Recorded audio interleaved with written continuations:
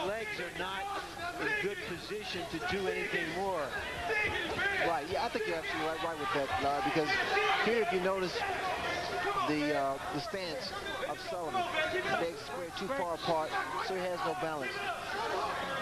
Well, and Tommy Brooks and Don Turner have criticized their own fighter, Hasim Rahman, for occasionally having his legs too wide apart, which goes with what Larry talked about, falling forward after he throws a combination. Hold on. Keep him up. Come on, man.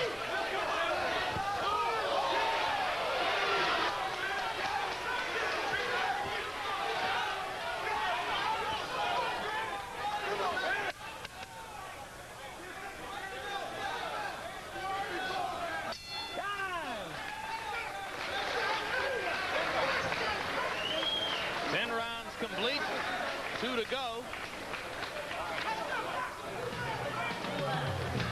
And November 18, Real Sports with Bryant Gumbel returns. Among the stories we're working on, a poignant look at 3 NFL quarterbacks and how they cope with the life-threatening illnesses of their children, and a profile of Grant Hill, perhaps the image heir apparent to Air Jordan in the NBA. Real Sports, Bryant Gumbel, Tuesday, November 18, 10 o'clock Eastern and Pacific time.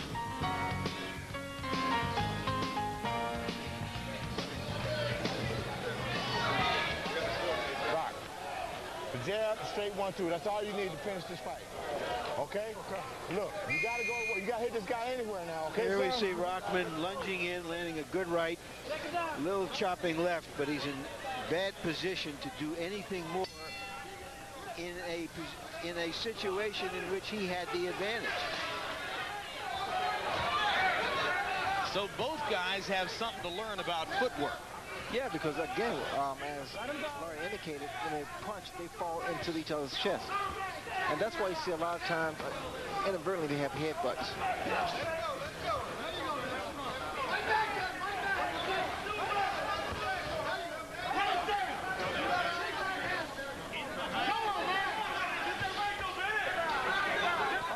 Tell me this, why is it that heavyweights are so much more prone to this than fighters in any other weight class?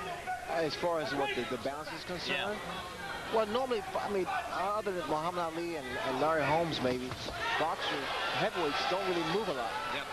They're more stationary. So it's just harder for a 230-pound guy to have great balance and control his feet than for a 160-pound fighter. That's true. It takes a lot out of them. Ali was a special man. A miracle. A miracle. Yeah, but we see George Foreman has good balance since his comeback. George gained good balance when he came back. I mean, when George was a heavyweight champion back then, George had very bad balance. Step back.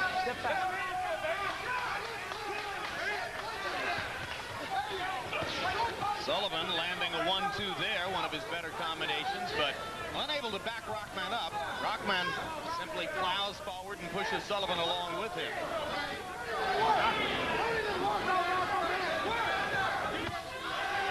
Right hand over the top by Rahman. Reduced to one punch at a time as he and Sullivan grapple for space again on the inside.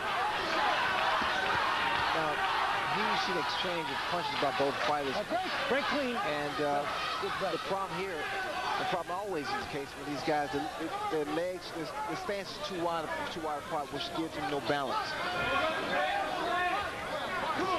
So what happens is they fall into each other. And just to repeat your earlier point, it's obvious to anybody now, they're both exhausted. Break. Very much so. Break. Watch your head. Watch pulling down. Come on, guys. Keep it clean. Quick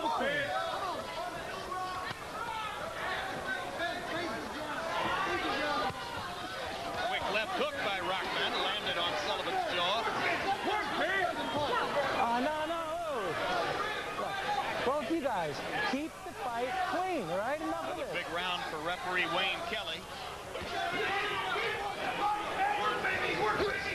who's done his best to stay out of the action, and in doing so, may have allowed a little too much holding and hugging.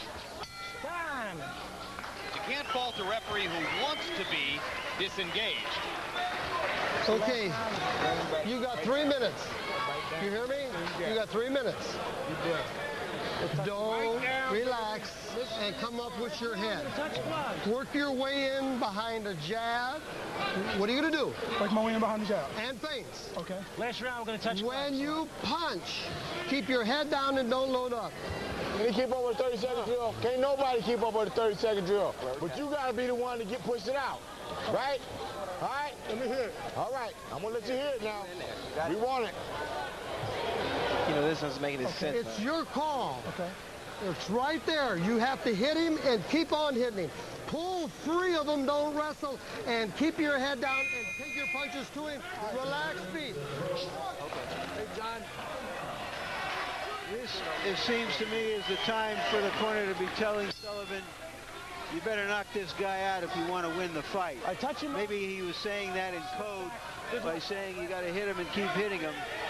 But he has to let him know that even a 10-7 round is not going to win this fight for him.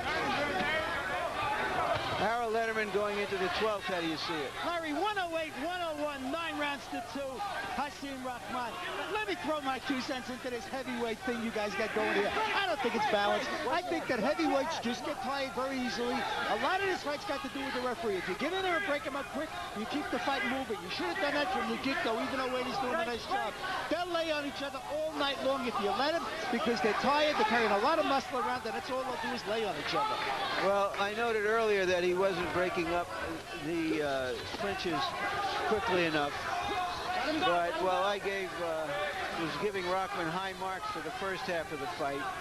The second half of the fight, he's just used his strength and not his skill. Well, and Harold, I must disagree with you. I used to be a boxer a long time ago, and it is balanced. These big guys don't have proper balance. And there's no reason they shouldn't be getting tired of top heavyweights or like top fighters. They should be able to fight in the 11th and 12th rounds. We saw 48-year-old George Foreman win the 11th and 12th rounds against Lou Savarese.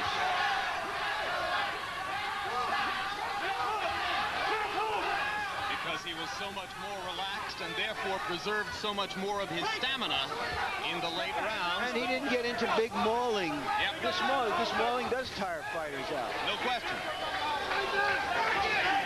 No question that in his second career, George has shown how to use his feet much better than in his first. And I was stating earlier. I heard you were still a boxer, Ray. Somewhat. But also, as far as Sullivan's corner is concerned, they didn't tell him that he's really losing his fight. Or he's way behind. Yeah. Yeah, you always have to wonder about that.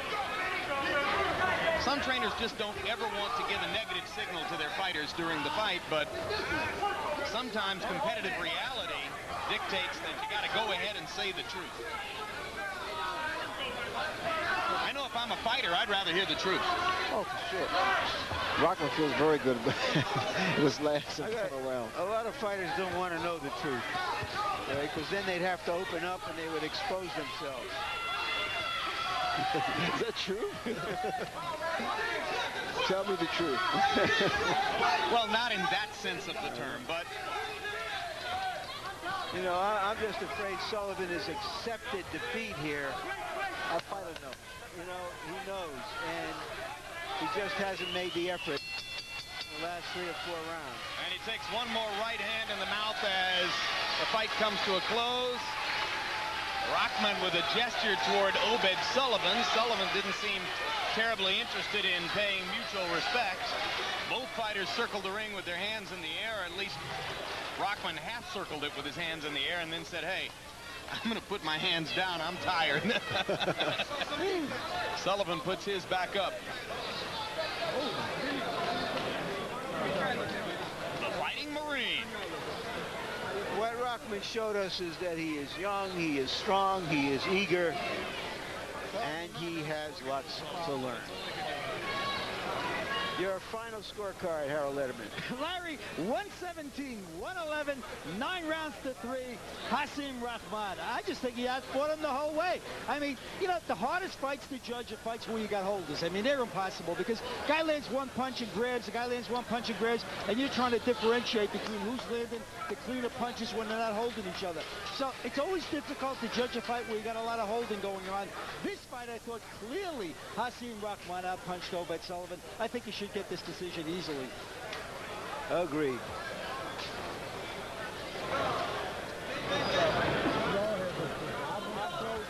Records coming in. Hasim Rahman was 23-0 with 20 KOs, the only unbeaten fighter on the card tonight. Sullivan came in at 28-1-1 with 19 KOs.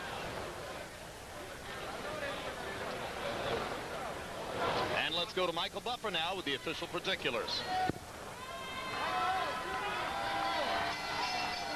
Ladies and gentlemen, the winner of this bout will be the unified IBF Intercontinental and USBA Heavyweight Champion. Here's the Budweiser scorecards. Barry Yates scores the bout 114-114. He has it even. Steve Weisfeld scores the bout 116-112. Mike Liana also scores